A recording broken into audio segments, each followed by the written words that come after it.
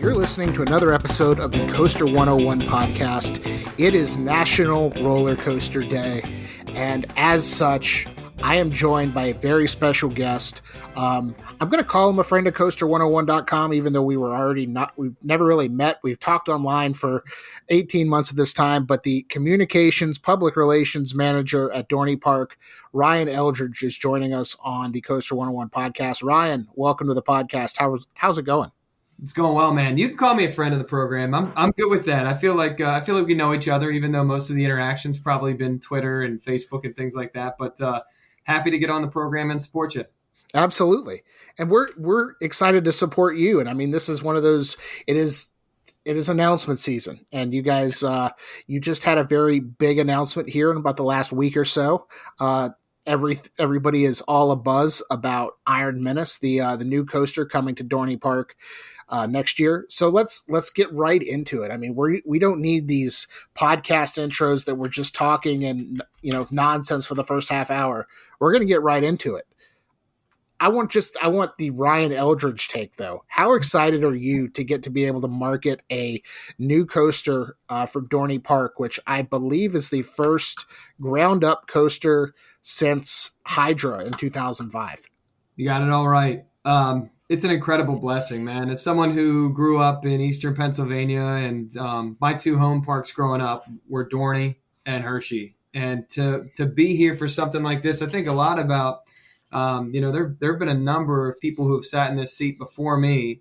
And obviously the department may have even been a little larger prior to the pandemic. So there were a number of people who sat in this seat and around this seat who never had this opportunity. And if you had told me when I was 8 years old in the park for the very first time, or when I was 10 years old, 11 years old, riding Steel Force for the very first time, that I'd have this opportunity, I would have thought that you were full of it. But here we are. It's been an incredible blessing. And I know I'm a vibes guy. So I always say I'm the chief vibes officer for Dorney Park. And the vibes are high. Like when we made that announcement on Thursday, it kind of just felt like, when you're waiting at the wedding, you got one of those like poppers, right? And you got like the confetti. It felt like someone had just finally like released the energy there, and like the confetti was falling on Dorney. It just felt good. I think a lot of people love this park, and a lot of people have a deep emotional attachment to it that's tied to a lot of great memories that we had as kids, or that our families have had together over the years. And to see that the park is getting this kind of investment again, akin to what we got in the late 1990s with Steel Force, it just feels great, and it's really special. And then to be able to work on it intimately and have a voice in this process as someone who grew up in the area, it's really special. And hats off to Cedar Fair for allowing us to be a part of this process and really letting us pump a lot of that Lehigh Valley flavor into this project, because I think it's really what's going to make the difference at the end of the day. I mean, the ride's great. A dive coaster is an amazing investment, but I honestly really strongly feel that the theming is going to be what sets this ride apart and makes it feel like a Lehigh Valley attraction. And I think we desperately need that, honestly. I love that. And let's dive right into this Lehigh Valley theming. Obviously, Pennsylvania, a state known, or a commonwealth known for its steel and iron works. And the backstory here, I'm reading directly from the Dorney Park website. In the early 1900s, Scottish businessman Hiram S. McTavish opened McTavish Steel Mill, a direct competitor to Bethlehem Steel Company, which is a real company. I did find out when I was doing some research here. Yes.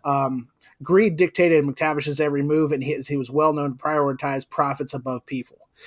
Before we started recording, we were talking about this Hiram McTavish, and being the East Coast guy I am, my mind went to Duncan McTavish from Corkscrew Hill from Busch Gardens, Williamsburg. And I know that's not necessarily, there's not like an extended park universe between Busch and Cedar Fair and everything like that. But you brought up a McTavish from Knott's that I am not as familiar with.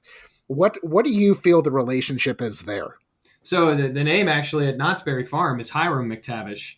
And for folks who have gone there, and a lot of, roller coaster fans and people in the theme park industry know that the lore is that there is a gravesite there, and then if you put your hand on it or you stand on it, you'll feel the heartbeat.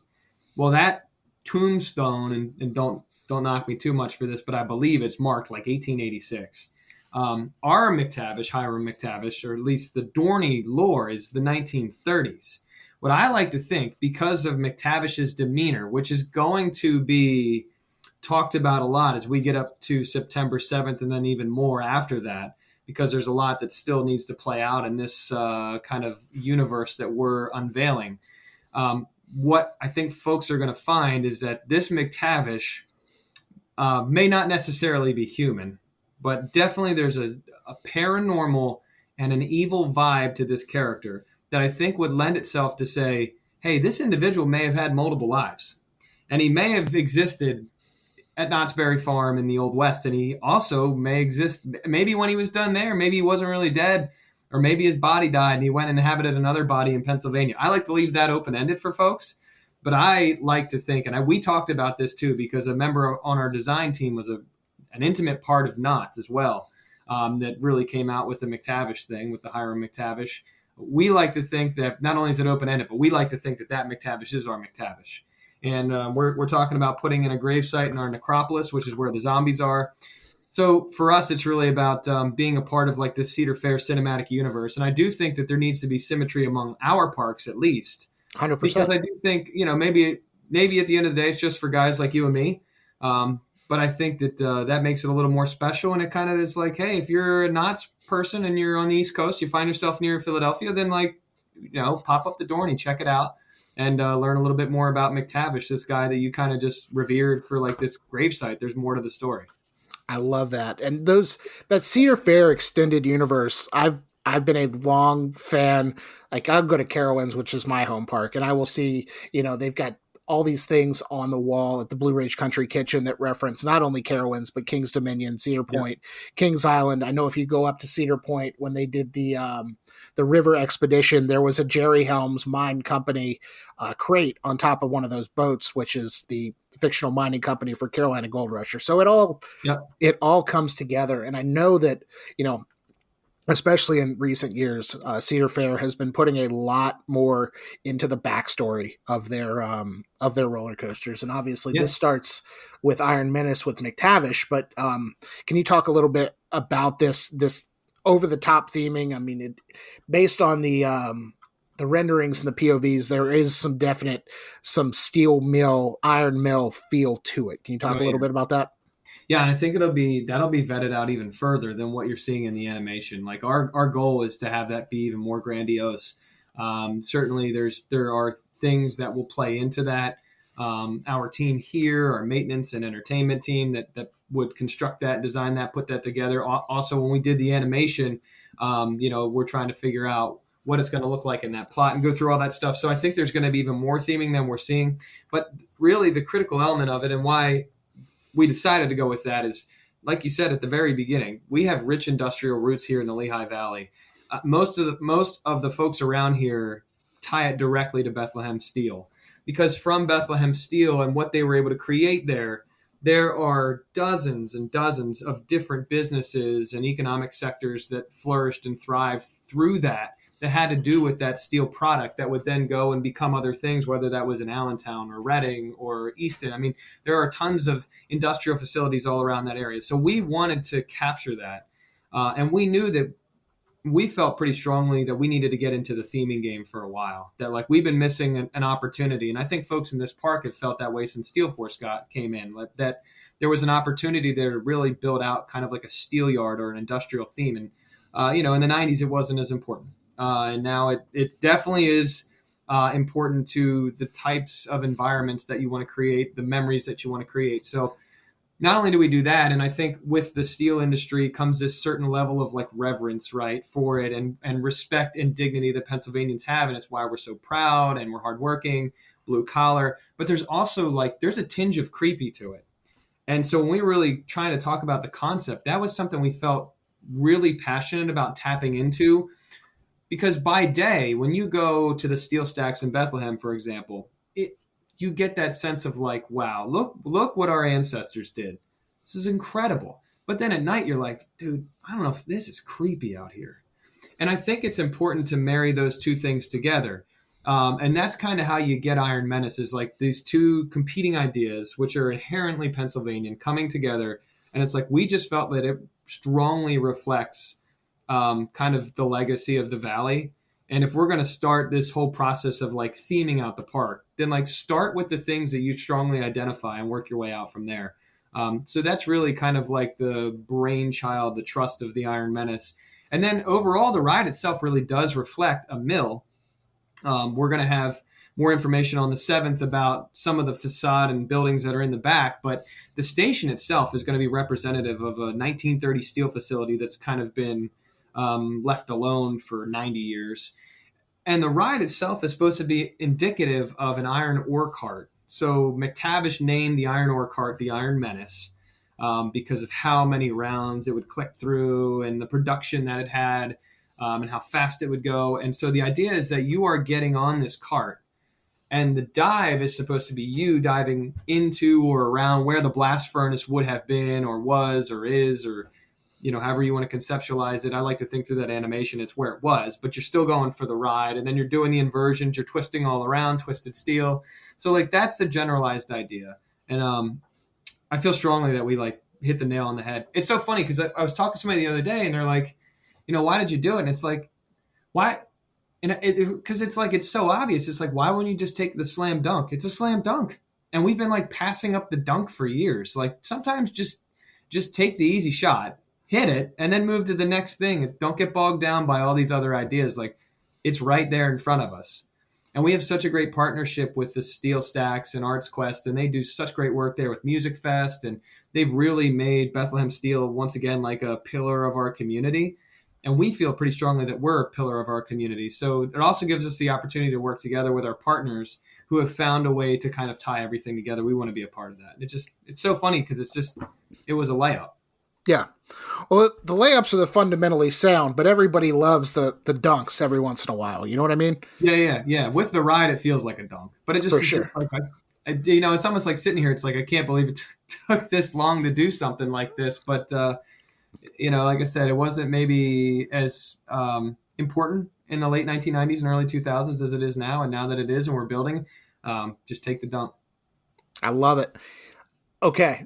Now that we're 12 plus minutes into a roller coaster podcast, let's get into the nitty gritty of the roller coaster itself. Yeah, obviously, it is a B&M dive machine. It is the first of its kind in North America where there's not like this weird 180 degree turn right out of the station. You go straight up into that 150 foot tall, 160 foot tall. How tall is the lift hill? 160 feet tall. You're going to drop 152. Got it. And which is at a 95 degree, which allegedly mathematically is not possible to go beyond vertical, but for marketing copy, as from marketing and comms guy, one another, between two of us, absolutely you can go beyond vertical. Yes. You've got a top speed of 64 miles an hour, definitely no slouch. You've got 4 inversions that are, feel back to back to back. Basically, you've got an Immelman. You've got that 0G roll, which goes into a tilted loop, which is the world's first on a dive coaster. And then you hit a corkscrew and you're right back at the brake run. 2,100 feet of track, 90 seconds, 2 trains, and you've got these really unique, in my opinion, that you see on these smaller dive coasters, the rows of 7, but 3 rows, so 21 passenger trains. Yep. Odd numbers on coaster trains, you rarely see that. So that is, again, fairly unique. So I want to talk a little bit kind of about the placement of this ride. And I know, again, we're marketing and comms people. We're not, surveying land, and we're not with the, ride and development team. Yep. In this former plot, there was a Vekoma Boomerang Stinger that operated up until 2017. Yep. When everybody thinks of a boomerang, they think of this really tight, compact coaster. What was it like for the park trying to kind of fit, again, 2,200 feet of track, 4 inversions, a big giant drop that you're going to be able to see from the highway? What was it like fitting all that into a space that was we'll call it compact. I feel like that's the Yeah. best way to put it.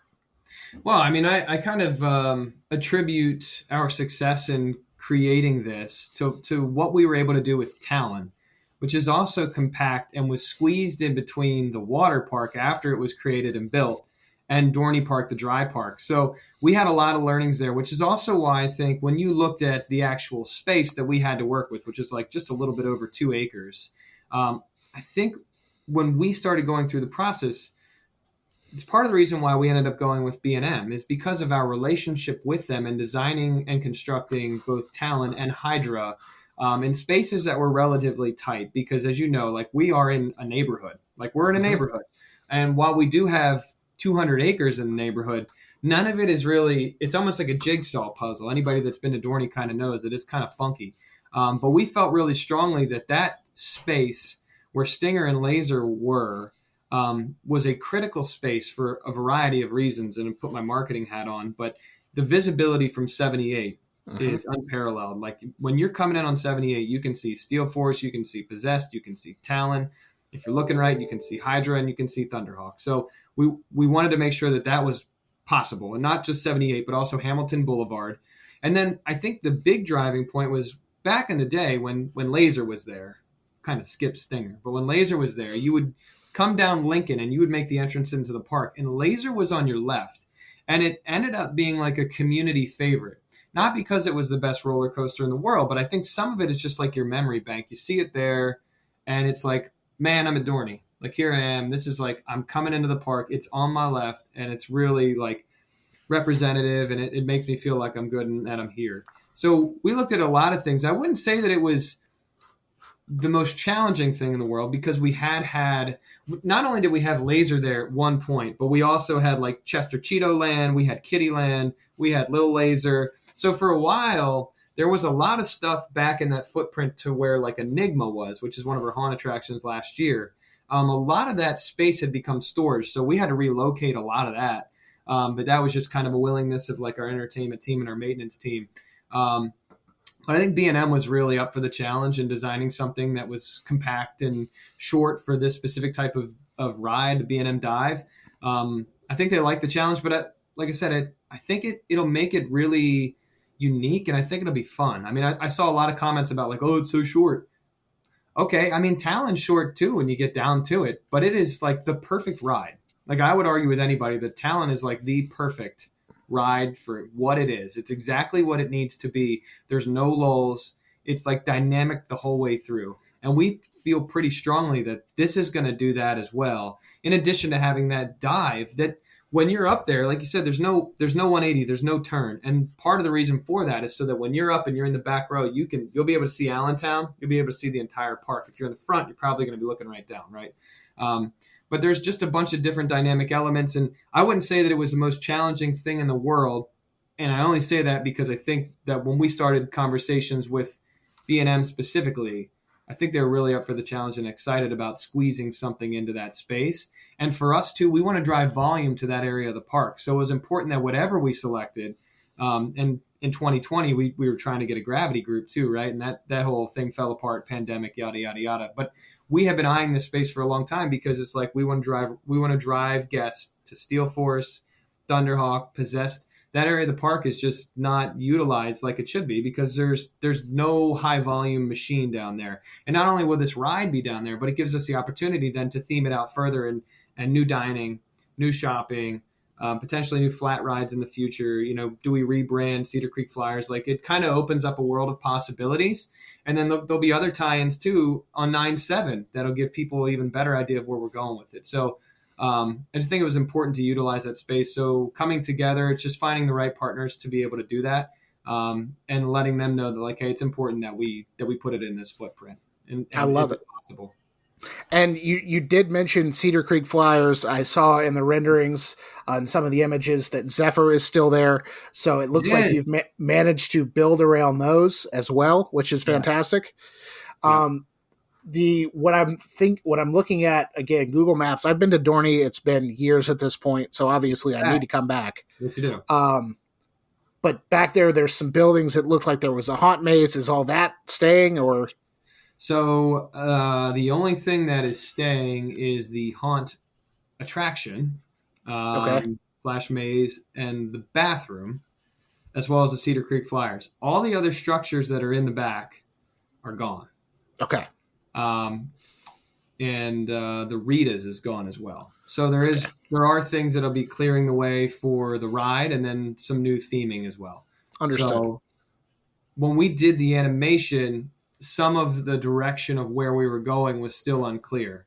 So what you'll see from an animation standpoint, and I actually kind of like it. I prefer it. It's almost like the ride's going to go in tomorrow, right? Hmm. Gives you a better idea of what the footprint looks like, especially for the guests that are visiting this year and that have been here recently. But we expect that area to be largely transformed by next season. So there's going to be a lot of work that goes in down there. I love it. And you've hinted a couple of times, and I know the park also kind of hinted on social media. You know, this is one of those things. You've built a brand new roller coaster again, the first in almost 20 years at Yep. Dorney Park. Yep. But this is not it for you guys as far as announcements coming soon. No. And I know this is going to drop before September 7th. We're not asking for leaks or anything like that. That's how Gravity Group coasters get canceled. They get leaked. Yeah, Sorry. right. Yeah. But you know what? Pandemic cancels that. You know what I mean? It's true. That's true. COVID-19. Just a little pandemic, no big deal. Um, Sweat. but you know what? If you could give us a hint, maybe of something that is coming or details that we could look out for in that first week of September. So typically we do talk a lot about what we're going to do during the Halloween season. I think what's really cool about 9/7 is that it's going to give folks an opportunity to get an Iron Menace experience before the ride is even constructed. So I think that's the biggest nugget I can give you is that folks are going to get a full Iron Menace experience prior to the ride being ready. So I think that that's sweet. I Like love that. there's going to be the tie-ins are already there, and so they're going to get a little something early. Okay. It'll be ready for 23. So this I, 9/7 thing is in relation to something that will be ready for them on September 15th. oh wow! So that's quick. And I think Yep, if we can do some math on our end and look at a calendar, September 8 days. 15th. You know, there's The 7th is a Thursday. The 15th is a Friday. there we So go. And going about a week out.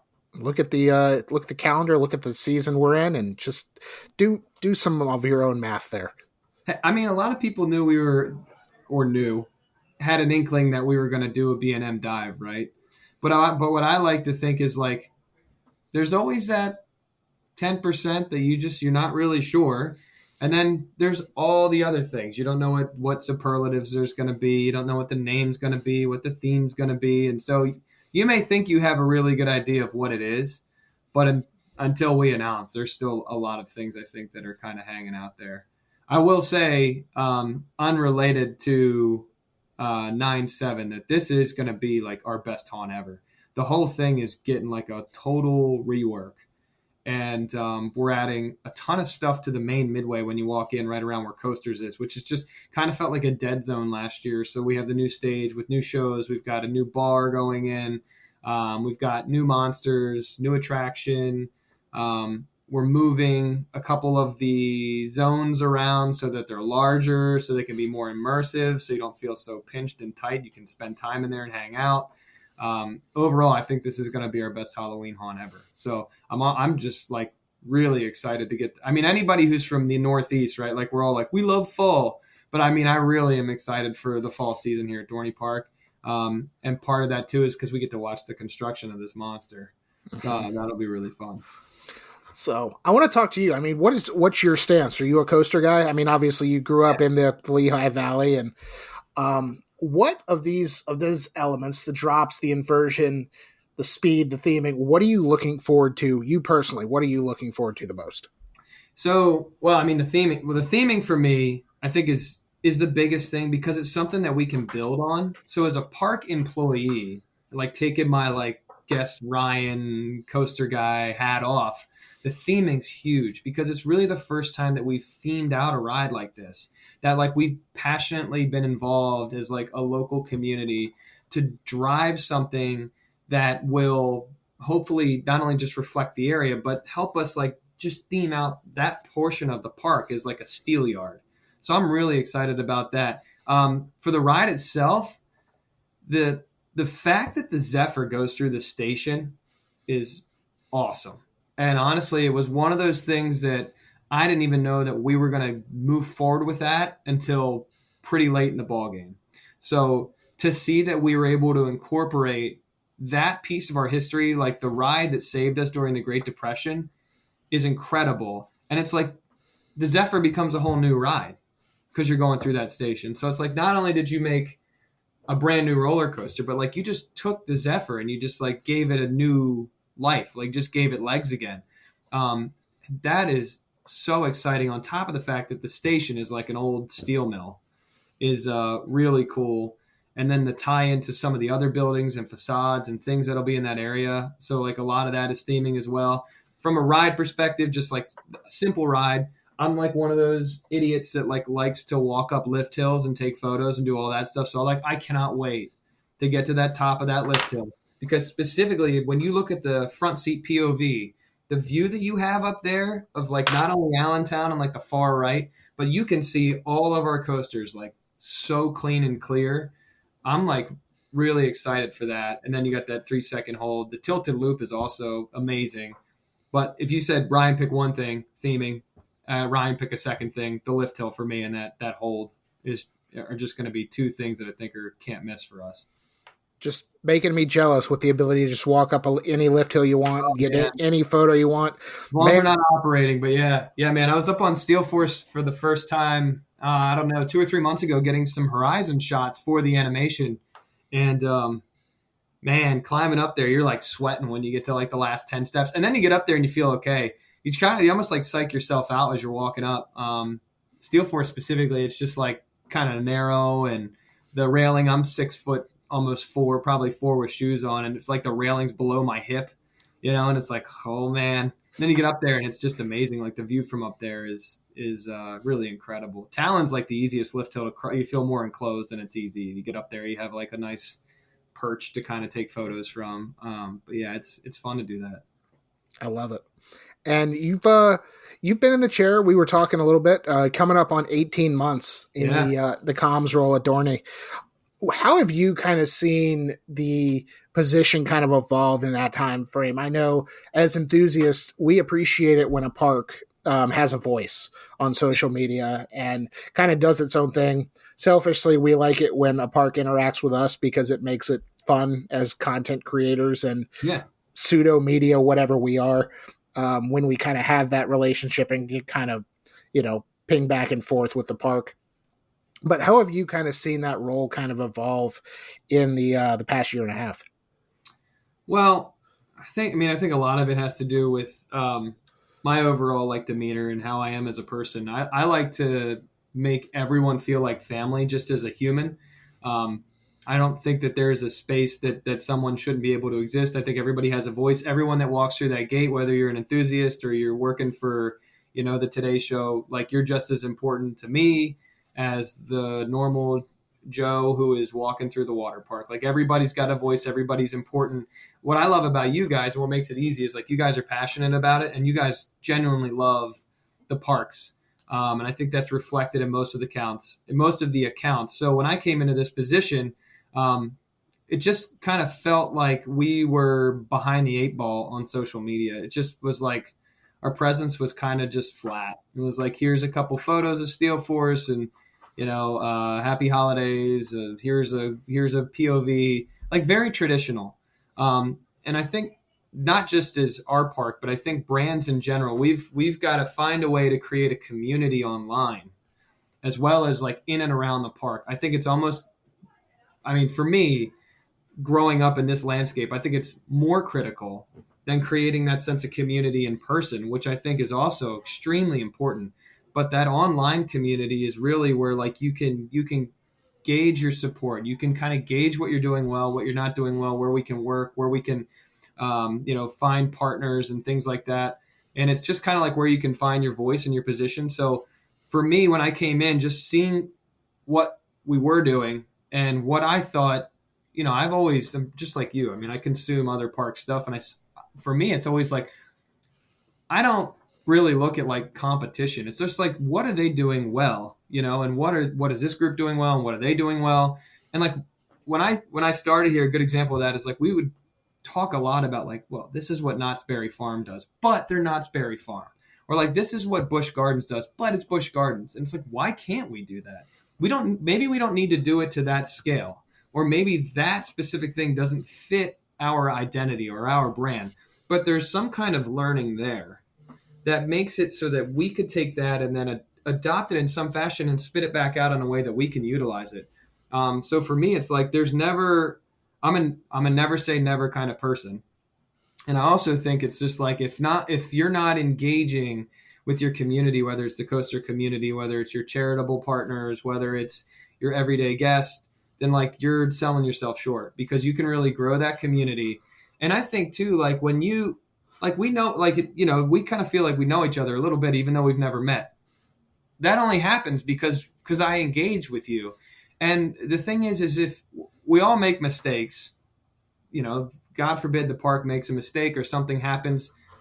If someone feels like they know me more or they know the park, like genuinely know the park and they know all of us, it's like there's a lot more grace. Or if we do something really well, it's like if you are passionate about that person and you love that person next to you, when they do something really well, it's like, hell yeah, I have been waiting for you to do something really like this is awesome. I am so happy and proud for you. And I think we've been feeling that too. So it's like when you adopt just people in your community as like family, it's amazing what that can do for you as a brand and as a park. So for me getting in here, it was like immediately I knew that we had this void and we had to like fill it and fill it quick. And just as a person, like I just like love those interpersonal connections. Like I almost burn myself out on a daily basis because I just try to make time for everybody, knowing that like we only have such a short time on this planet. And the last thing I want to do is be like, that I didn't give somebody the time because I was too busy or didn't feel like it because I was too lazy. So, and I think that comes with this position, and hopefully, hopefully people can feel that online. We want to be I think it's one thing. A lot of brands run around now and they're like, we're inclusive and we care for everybody. It just feels like garbage. It's more than just saying you're inclusive and you care about everybody. It's like show you're inclusive and you care about everybody. And I'm a big believer in like intentionality. And the best way to be intentional is to engage and be present and be available. So, as long as I'm here and as long as my team's here that we've kind of been able to build from the ground up, like we're going to make sure we do that. How big is that team? 2 people. Okay. It's me and one other person. I do have a brand manager too. Kristen Avery is our content coordinator. So she does, we pretty much work together on everything. Mm-hmm. She got done school, has pretty much come up under me. So she is really like an extension of me, just smarter and quieter and, just a little more diligent. But, yeah, we make a good team. So we did have an intern this summer too, Sophia, who did a really great job helping monitor social and creating some of like our cool TikToks. And it's like a big think tank. And the 3 of us kind of would pull together. But now there's just 2 of us, and we're excited from Haunt. So we just I think, but as long as I'm here, whoever's with me on this team, it's like we're going to do everything we can to be present and active. Okay, and you're excited for Haunt, but can you give us a little bit of a sneak preview of what could we maybe expect in the off season? It relates to construction updates or vlogs or anything from that point of view from Iron Menace. So as far as construction is concerned, I'm working with the contractor and B&M to identify a pretty clear timeline of what we think some of the milestones are going to be, so we can make sure we capture that and get that out for folks. I have cameras set up in the area. We've had discussions about whether we do a live camera or not. There's always back and forth on that. Like, maintenance is reluctant and contractors are reluctant. So we'll see how it is. If that doesn't work out, I'm at least pulling time lapses of the site. I've been doing that for about a week and a half now. So if anything, we'll just kind of send it out when we feel that we have like a gap in our calendar and, when it feels like there's something significant construction wise going on. So we'll be doing a lot of that. Hopefully, do a visit to Claremont and see some of that being created in house for B&M and talk to them a little bit about that process. Follow it along as it makes its journey to Pennsylvania. We're planning on doing that, and then once it's here, we'll, like I said, follow along with that construction. Right now, it's like all site readiness and foundation, and so we're fully prepared to capture whatever we can and get that out to everybody. And as we move through the winter, hopefully we have a pretty mild winter, and it makes things easy on our team as they build. So that's the plan. We're going to get as much as we can out to everybody and do some cool write-ups and things like that. And the best way to find all of that stuff is DorneyPark.com. Right. DorneyPark.com, all the social channels. Socials.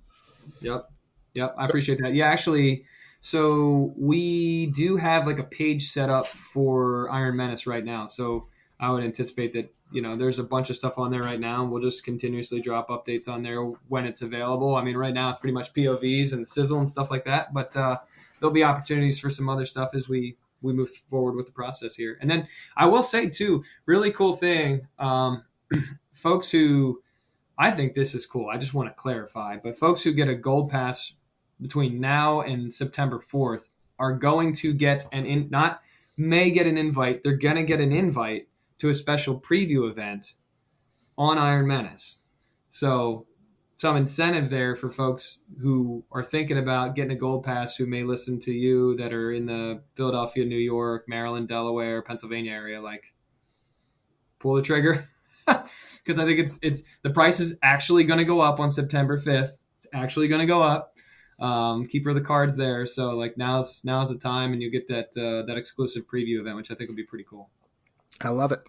Awesome. Well, Ryan, real quick, just in case people are listening, can you drop those socials in the, just tell us where to find you? And I know it's like Dorney Park PR on Twitter, but where else can people find you? So for whatever reason, when all these social channels started, someone stole Dorney Park before the park could get on it. I wasn't here at the time, so I can't take credit for it. So we're Dorney Park PR on Instagram and Twitter. We're also on Threads, which, it's my favorite platform, but we're on there. Facebook is pretty active. Our TikTok channel is also Dorney Park PR. That one's taken off. Everybody seems to like that stuff. Snapchat, we're on there. We just share stuff on stories occasionally, so sometimes it might be a little bit different. So our YouTube channel has been pretty big. That's Dorney Park as well. So there's quite a few. Pinterest, we're on Pinterest. So I'd say check out all those platforms if you like and subscribe on YouTube. That'd be cool. We throw up we do Avery and I are like amateur cinematographers, so we do throw up a lot of video projects, probably more so than most parks, and it's just because we're kind of idiots and we love it. So somebody was like, where do you get time to do this? And I'm like, my own time, because like I enjoy doing it. So if people want to follow us on YouTube, there's always some good content on there. But Twitter's where we have probably the most fun. We let our hair down a little bit. Instagram, we try to be like really clean looking, good stuff. It's like, think about it like you would a photographer, right? Like we want our best looking stuff. Facebook's a little more informational. That's where you'll learn about a lot of promos and things like that, even though I throw those on Twitter too, just in case. But Facebook's more of like that town hall, if you will. So little different things for everybody. Flirted with Reddit. Not sure we come down on that yet, but there's some opportunity there. We just had Dino Vuderis from Dino's Wonder Wheel up in Long Island. Yeah. Or not Long Island, adjacent to Long Island, Coney Island. And he was telling us how he basically crowdsourced their roller coaster model Phoenix, what they used. He like crowdsourced the roller coaster subreddit, which is wild to me. But those are the things I think you can do when it's not corporate parks doing anything there. But it is a wild story. He actually told that at East Coaster, the event at Hershey Park, and I was like, dude. Wild. Absolutely insane. Cool speech, though. It was really cool. Good dude. Awesome. Well, Ryan, this has been a blast. And this is it's going to do it for this week's episode of the Coaster101 podcast. So after you follow Dorney on all of the socials, follow Coaster101. We're at Coaster101 everywhere, I think, except for Pinterest. You guys are on Pinterest. We get a lot of traffic from Pinterest. I don't think we have a Pinterest account, but Facebook, Instagram, YouTube, TikTok, Twitter /X/ whatever we're calling it these days. Also have the website, Coaster101.com. Go check that out. If you're listening, make sure you're liking, rating, reviewing, subscribing, telling your friends to listen, because the more audience that we get and we're able to build, the better chance we have great guests like Ryan on the show. So as the audience builds, the guests will continue to come and, join us when we, be present. As Ryan said, he was talking about making time, and, not to say I've been chasing Ryan for a couple of days, but our schedules have just not lined up. So I'm really glad we were able to make this happen today. Likewise, and then, man. but yeah, c101.co/tpublic for our merch. And big thanks, as always, to JMMD Entertainment for our theme music. And we will talk to y'all again soon. See ya.